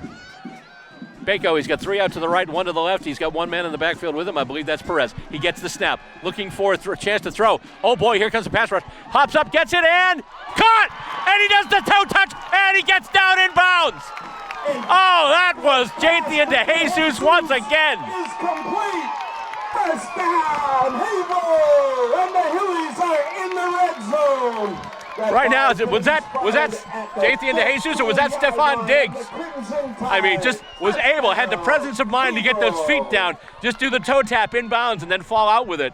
A huge 4th down conversion again for the Hillies, and now it is 1st and 10 on the Everett 14.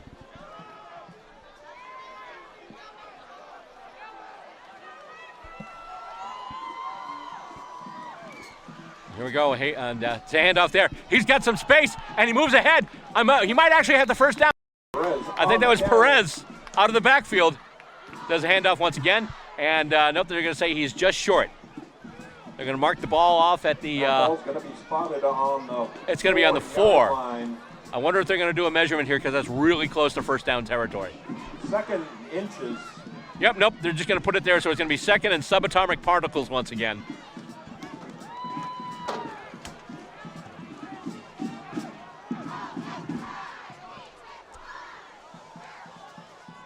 And Haverhill knocking on the door.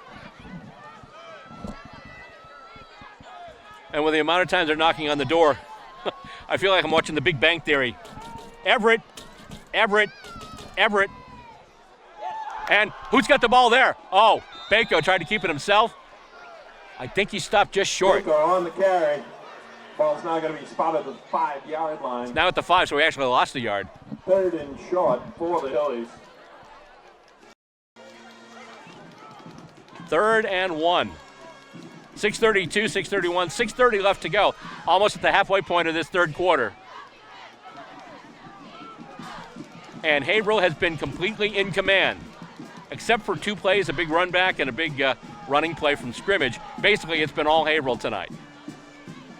And they are on the march once again. At the end of this, I'm dying to see what the stats look like because the yardage numbers just have got to be crazy tonight for Haverhill. So here we go, 3rd down and 1. And the handoff going to Perez. Perez brought down. Perez on the carry. And the Hilly players signaling first down. Where are they going to put it? No, they're going to put it on the 5. Ball's going to be spotted on the 5-yard line. So here we go. It's 4th down. 4th and short. 4th and really short. They've got about a little over a yard to go. And once again, Brewer comes off. Alvarez comes on. Bako coming in with the play. So right here, even if you give the ball up on downs, you've got Everett pinned deep in their zone. And aside from that one kind of fluky return and running play, they really haven't done much. Here we go, Bako. Touchdown! DeJesus once again!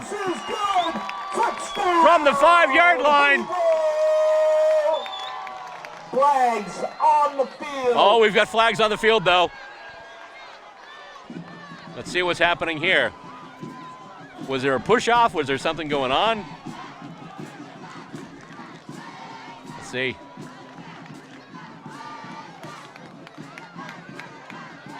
Touchdown's good. It is a touchdown, okay. For a second there, was making a lot of hand signals. I'm like, okay, it's either a touchdown or he's trying Tai Chi, one or the other. But it is a touchdown. And so in the, 5:12 left in the third quarter. Personal foul against the Hillies. Unsportsmanlike conduct. Oh, wait a minute. We'll assess the penalty at the kickoff. Okay, so the penalty will be assessed at the kickoff as Haverhill picks up an unsportsmanlike conduct penalty. And once again, here we go, the kick. And it goes up and it goes through. And the PAT is good. And they're almost to where they were last week. They're at 35 right now. Last week they scored 42 points. And it was a pass from Michael Bako, 5-yarder, getting it right to Jathan DeJesus.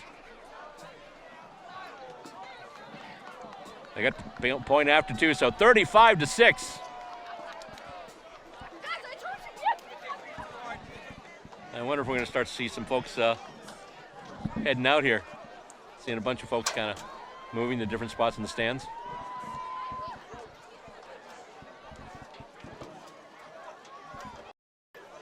So Haverhill with another touchdown. Big score from them, and now 35-6. And once again, as was the case in previous drives, they had a big play to make on 4th down, and they had done it. I think they might have gotten only stopped once tonight, but other than that, even on those critical 4th down plays, that they were able to get it. Now this is going to be interesting because the sportsmanlike conduct is basically they're assessing it on the kickoff. So now, instead of the 40, Haverhill has to kick off from their own 25, which is going to give Everett better field position. And obviously, remember the one time that Everett did score, it was because of the fact that they had this big run back and wound up running it in the first play from scrimmage after that big kickoff return. So here we go. Leo Butcher Gonzalez getting ready to, I was about to say getting ready to tee it up, but he's already teed it up. So here we go. Here's the kick, and that's a line drive, and he's got it now. That's going to be number 6 with it there. And he's able to, once again, make some moves, and he's still up on his feet, and oh, he's still up. He is still up. He could house this. Wow. Touchdown. I thought they had him multiple times. This happened last week too. Big third quarter score by Haverhill, and then they give up the ensuing kickoff. And Jeremiah Joseph, number 6 for Everett, is the man who just ran that back. I think it's about a 70-yard. I think he got it somewhere between the 30 and the 40. So it's between a 60 and a 70. Oh, 75 yards. Thank you very much to the announcer. 75-yard return.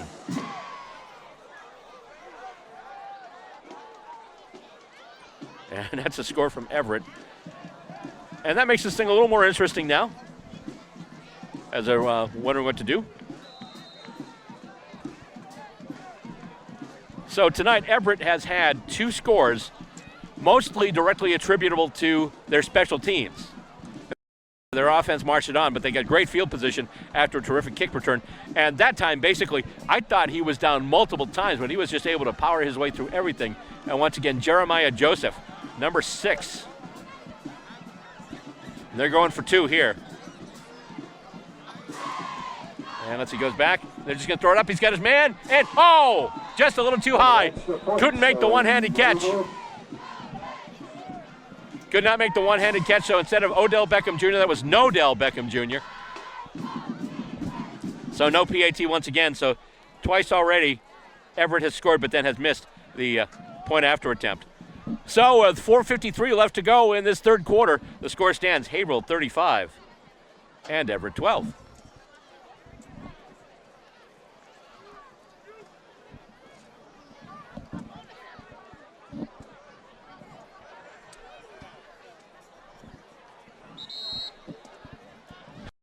Here comes a kickoff again. Last couple of weeks, kickoffs have been crazy. We've had multiple onside kicks recovered. We've had multiple kicks returned all the way. So, I thought they had him down by between the 35 and the 30, but he still just stayed on his feet, get out of everybody's grasp, and then just darted to the end zone. So a great run there. 75-yard kickoff return from Jeremiah Joseph, number 6 for the Everett Crimson Tide.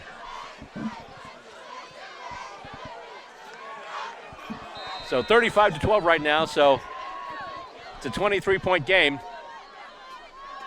And the kick goes up, and let's see, is he going to get it? Nope, it's going to go out of bounds. Kick up is out of bounds. And so that's going to basically the 18-yard line.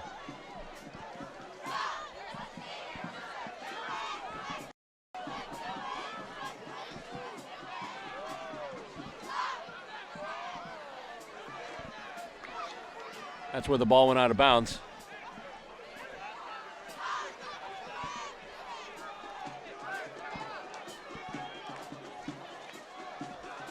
However, there are motion penalties too against Everett, from what I understand. So I think they're going to do the kickoff over again. We're going to re-kick that ball. That's going to be a re-kick. Or as we used to call it playing in the street back when we were kids, a do-over.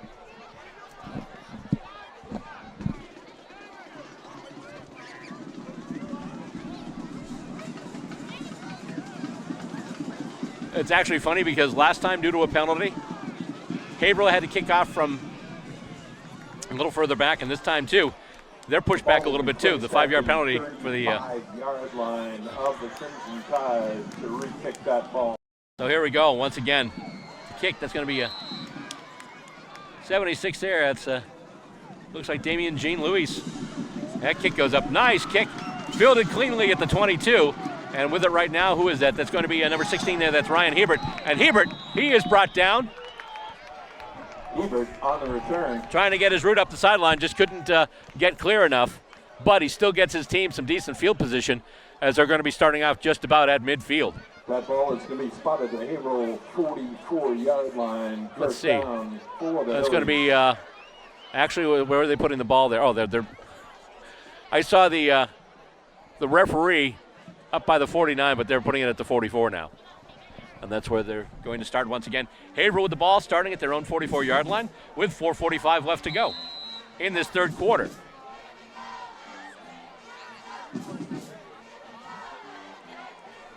And the Everett cheerleaders in strong voice now. They're sensing a momentum shift. Is that going to happen, though? Here we go. Bako hands it off. He's got some space. Oh, I thought he had some space. I believe that was De Jesus once again.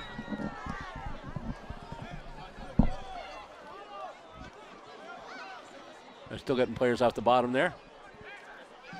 Actually, I'm sorry, that was not De Jesus. That was Lucas Perez once again. So Perez with the run there. Ball's going to be spotted on the Haverhill 47-yard line. 47-yard line, so that's going to be about, let's see, about 3-yard gain. So we're talking 2nd and 7 here. Between second and 7 and 2nd and 6. And I think my mouth just went on leave for the night.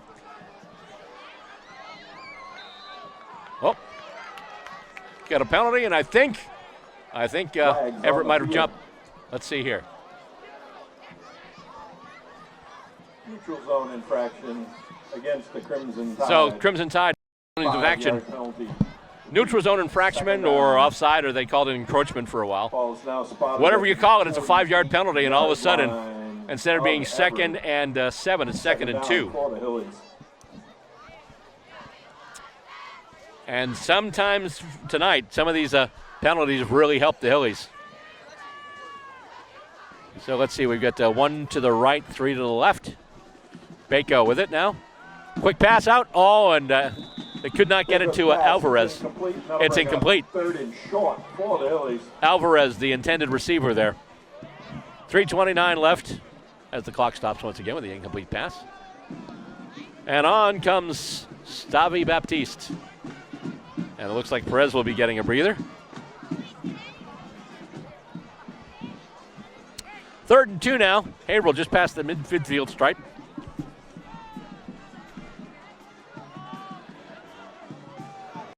Once again, they've got 1 to the right, 3 to the left. Bako calling signals. He's got it now. And, oh! Handed it to Baptiste, but then Baptiste tripped. Baptiste lost his footing. Lost a whole bunch of yardage there. Stopped in the backfield. And I think we're looking at about 4th and 7 now. Ball will now be spotted at the 47-yard line of the Hillies. 4th and long. 4th and 6th, I guess, because the first down line is the 41. Ball's on the 47 right now of Haverhill. And so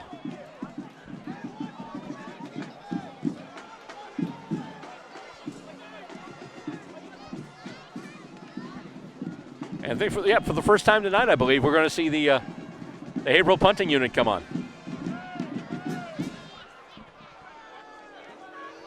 It's technically, think about it, let's see, it technically could be a 3-score if you get touchdowns and a combination of 2-point conversions. You got a penalty. And it's against Haverhill, so they're going to be pushed back. Another 5 yards. Against the Hillies. Now 4th and long. And the punting unit is out there.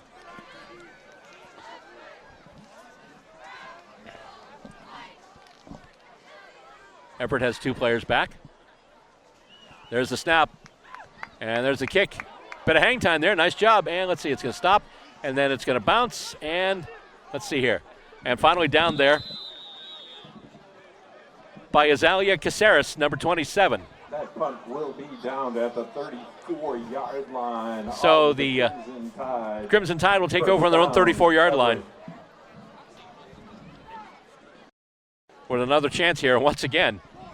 You know, they had a chance to kick off the half. They went 3 and out, but then on the ensuing kickoff after the Haverhill touchdown, 75-yard kick return. Down there playing on a cold night like tonight, very tough. So they're doing a great job. Get those hands together and thank them. 2:17 left to go in this third quarter.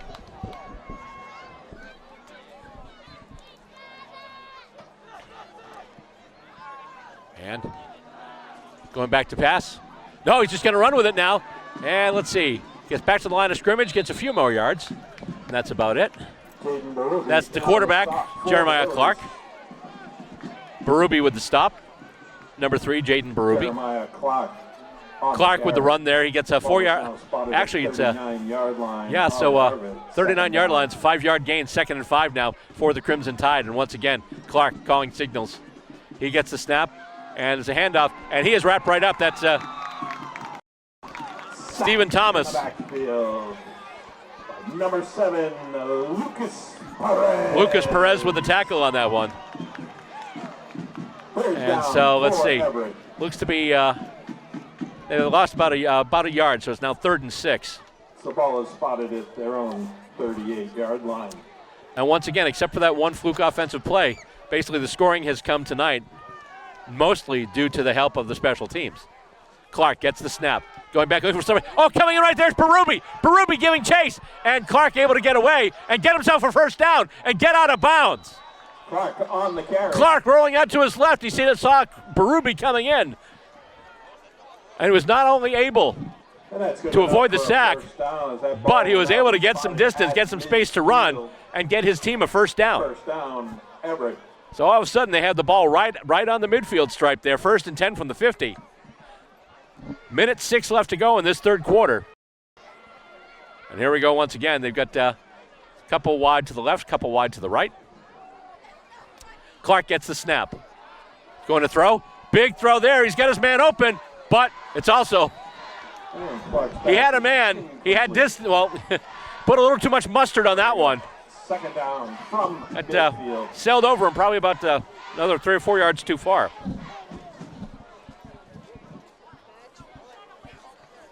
So it's now going to be second down and 10 once again.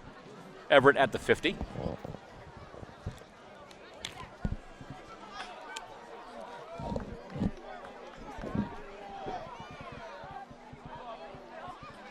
And Clark gets the snap, quick toss out, and Jeremiah Joseph, who ran back that kick for a touchdown earlier, the pass once again had a little too much on it. He had to jump up for it, just could not get it, and the defense was right there anyway. So now Everett with a third down situation once again. Last time they were in this situation, they got the first down thanks to the quarterback Clark and his feet, staving off the rush attempt from Jaden Berube. So here we go, third down and 10 from the 50-yard line. Everett in formation, ready to go. They've got, looks like one out to the left, two out to the right. Clark going through, and he is grabbed, he is down, he is sacked. Clark is taken for a loss on the Big loss there. Sack. And we're looking at about 4th and 19. 54, Ethan Jalbert. Ethan Jalbert. Ball is now going to be spotted at the Ball is at the 42. So it'll be 4th and 18. And long. And looks like the kicking team is going out there, and going out to cover the kick there for the Hillies is Abraham Temple. There we go, punt for 16 seconds left to go in this third quarter. He gets it to the foot, gets the kick out there, and it's just going to roll. Oh, and that's a really fortunate roll there for Everett. That's going to continue and go all the way down to the Haverhill 21-yard line. And with that said, the clock's going to run, and we are out of third quarter time here. And that's the end of the third. 1 quarter left to go here. Haverhill with the commanding lead, but it seems like Everett seemed to have a little bit of momentum, but then they had that last miscue there with the sack, which kind of put an end to that. So now they're swapping it, and let's do it one more time here. Let's start a new quarter. The end of 3, the score stands at Haverhill Hillies 35 and the Everett Crimson Tide 12. It's been a big night for a few of the players here. Papa Nicolau, night for him. Also, Jathian DeJesus, big night for him as well, scoring a whole bunch. In fact, DeJesus does actually have a touchdown from Bako, but also Papa Nicolau with a couple of them as well. And actually, Bako did throw a couple to Jesus as well. So there we go. So once again, 5 TDs for the Crimson, not for the Crimson Tide, for the Hillies. Right now, they're the ones with all the Tide.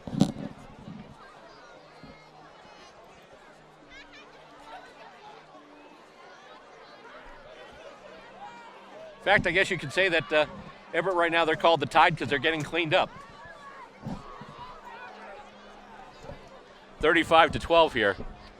And really, like I say, except for a couple of fluky plays, really, Everett's offense hasn't done much. But we illustrated that going into this game, they were outscored heavily in the last 3 games. But the handoff goes now. I believe that is let's see, he's tripped up. He's still there. Collides with a couple of players. Gets a first down there. All the way down. Once again, Lucas Perez, and that's good enough for a whoop! We've got a penalty flag that goes on after the play, which might not be good. Ball is currently spotted at the 35-yard line. Ball's at the 35-yard line. So this happened after the play. So I don't know if there's something. Let's see here. What have we got for the signal here? And that's dead ball, personal foul. Personal foul, dead ball, personal foul. So that's going to be actually a penalty against the Crimson Tide. So Everett has a penalty called to them, and they've pretty much been dominated for most of the night. As you can see, where maybe some frustration is coming in. Let's see how big this penalty is going to be. Oh, they got to get the players out of the way. This is going to go 15 yards. So all of a sudden, they fought for the first down, but then they get the ball at midfield. So Haverhill has the ball pretty much at the midfield stripe. First down and 10 with 11:43 left to go in this fourth quarter. And once again, orders come in from the coach. Bako talks with his troops, and out they come. And once again, we've got 3 players out wide to the left. That's going to be Papanicolaou, De Jesus, and also Alvarez. And runner up the middle. Oh, my goodness, that's Perez once again. Perez on the carry. I'm sorry, I've tried to avoid this all night, but I've got to do it right now. Lucas using the force. And yes, that is a Luke Skywalker and a George Lucas reference all wrapped into one. You're welcome. Another first down for the Haverhill Hillies. They had it at the 50, now they've got it at the 37. And they're knocking on the door once again. And I promise, next time I do a Big Bang Theory reference, I will knock on something that's closer to me so you can actually hear it so that the joke works. So let's see who they got. They've got Papanicolaou and De Jesus. Alvarez once again out to the right. To the left, they've got Temple.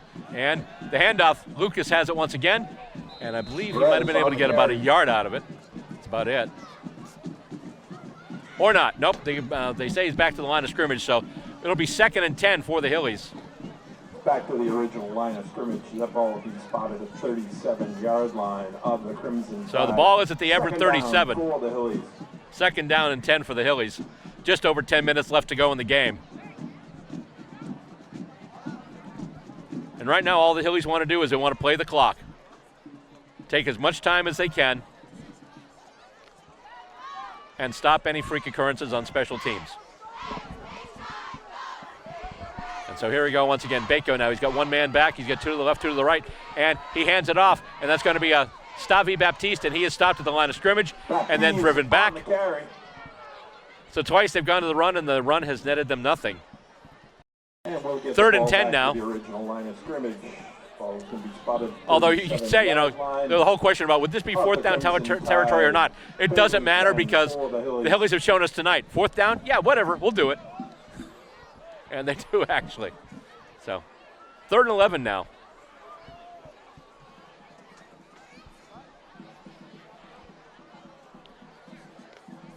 And so out they come. And once again, we've got Papanicolaou and De Jesus out to the left. And we've got Alvarez out to the right. Big pass there. Can he get it? No. Although he might have been held up. I think that's defensive PI again. There was a bit of a race, and there was definitely a lot of contact on the way to that ball. And the flags did come out, and I think once again we're going to have defensive PI called against Everett. Let's consult with the guy in the white hat here after he talks with his boys. And no flag. Oh, nope, they're actually pulling the flag back. 4th down. So no defensive PI.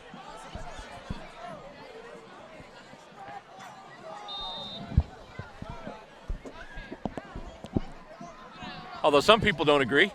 A bunch of people think that was pass interference. In fact, a lot of people that thought that PI was as certain a PI as Tom Selleck, but you know. Yes, at this point I'm just playing to the camera people. So here we go. They set up once again. You've got Papanicolaou and De Jesus out to the left. You've got a couple players to the right. And Bako has it. Big throw. He's got a man open. Can he get it? Did he catch it? I think he got it. And did he jump over?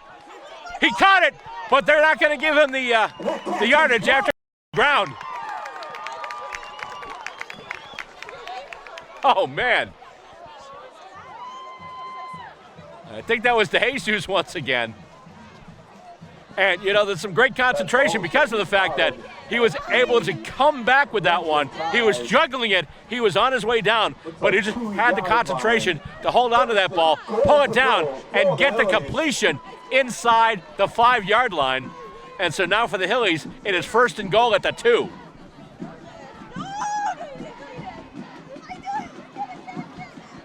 And the Hillies scored 42 last week, and they're on their way to scoring 42 again this week.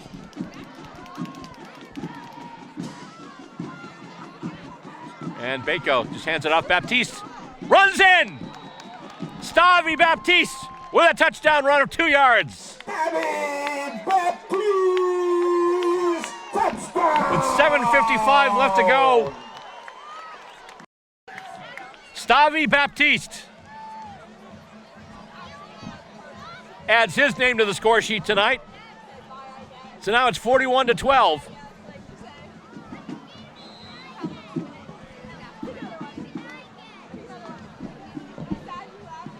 So here we go. They're just going to set it up, and once again, Butcher Gonzalez to make the extra point attempt. He kicks it, he gets the foot to it, and he gets it through the sticks. That's a PAT. That is good. So we talked about streaks right now. Haverhill is on a 2-game winning streak. I mentioned they're also on a 2-game streak against people named Crimson Tide. And for the second week in a row, they have scored 42 points. And they have extended their lead. It's now a 30-point lead. Haverhill 42, Everett 12.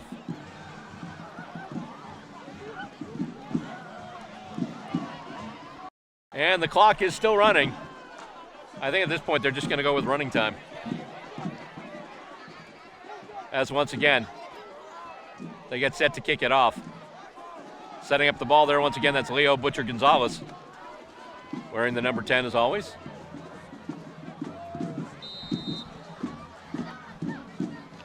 And out they come. One thing's for sure, Haverhill fans aren't leaving the stadium disappointed tonight. They've seen two very, very big victories from this club. And barring an absolute disaster, it looks like the Hillies are going to be 3-3 now. And it's taken once again with it. Oh boy, here we go again. He is just wrapped up there. I believe that might have been Butcher Gonzalez there, taking out Jeremiah Joseph again. And we've got a whistle, not a whistle, I'm sorry, a flag. Although we've got whistles too, but there's a flag on the play. And the play came out to about the 35-yard line.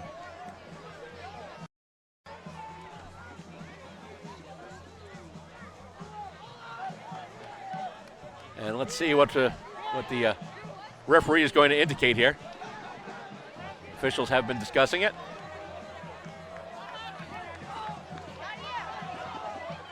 Oh, we've got a personal foul going up against Haverhill.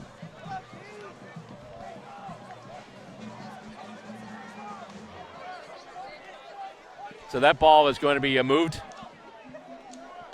And that will add to the return. It'll be a 15-yarder too. It's pretty big penalty against the Hillies. So once again, the ball is at the 50. Once again, the tip of the ball touching the 50-yard line. And we started there a few times. And now here we go. In position now is Clark. Clark hands it off, and he tries to get around the corner. He does, although his shirt just got grabbed at the last second there. Nice play there. I believe that was Mark Gagney with the on number 2. Janari Doolin. That ball's going to be spotted at the Haverhill. But he was able to get a few yards out of it, so it's going to be at the 46-yard line now. Second down and 6 for the Crimson Tide. Let's see what they actually have. A couple players out wide, a couple players in the backfield, and they've got a player in motion, and they hand it to him. And it looks like he's got it. Is he going to try and turn the corner? No, he's going to throw it. And I don't think he got the pass off completely. And almost intercepted there by the Hillies.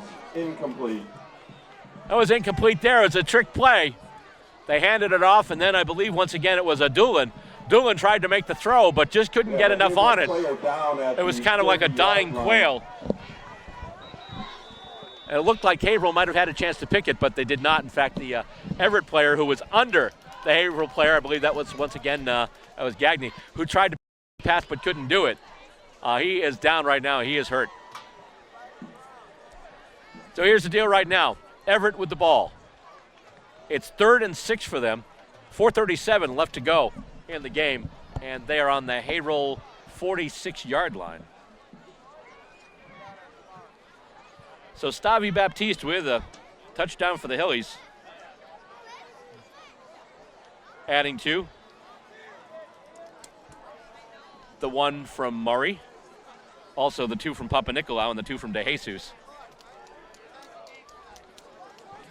Last week, De Jesus had 4 touchdowns. And I'm dying to see what Baco's numbers are like this week for passing.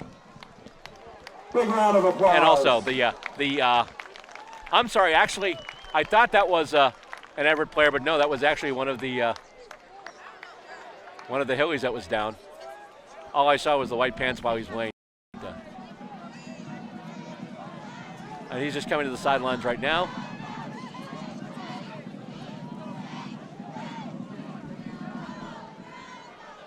Not sure who that is coming out. But anyway, we're back to action now. Clark calling signals. Here's the snap. Going back, he's just looking to heave it now. Long pass. Let's see, can they get to it? No, it's defensed. Getting right in there. Nice break up there. 4th and 6 for the Crimson Tide. So here we go, 4th down and 6. From the Haverhill 46-yard line. And let's see what they're doing with this here.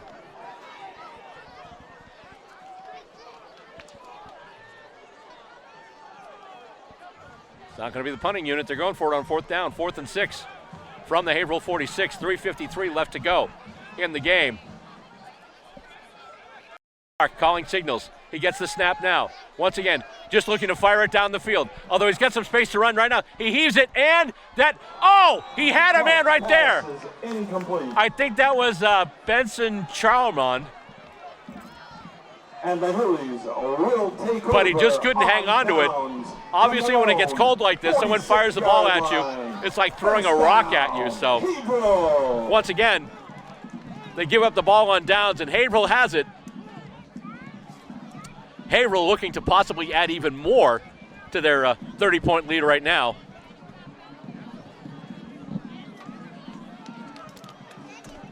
Probably not ready to take a knee yet.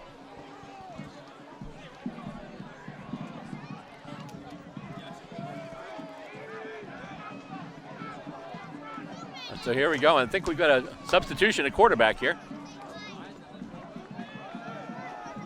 And the ball's handed off. Taking the snaps now, that's Leo Butcher Gonzalez. And the handoff, I believe they might have lost a yard or so. The ball now brought back to the 45. So it's now 2nd down and 11 for the Hillies. Abigail Peralta is in the stadium. We ask that you please report to the press booth. We have something that belongs to you. Abigail Peralta. So I believe Baco's done for the night. And I mean, you're up by 30. There's like 2 minutes left, so.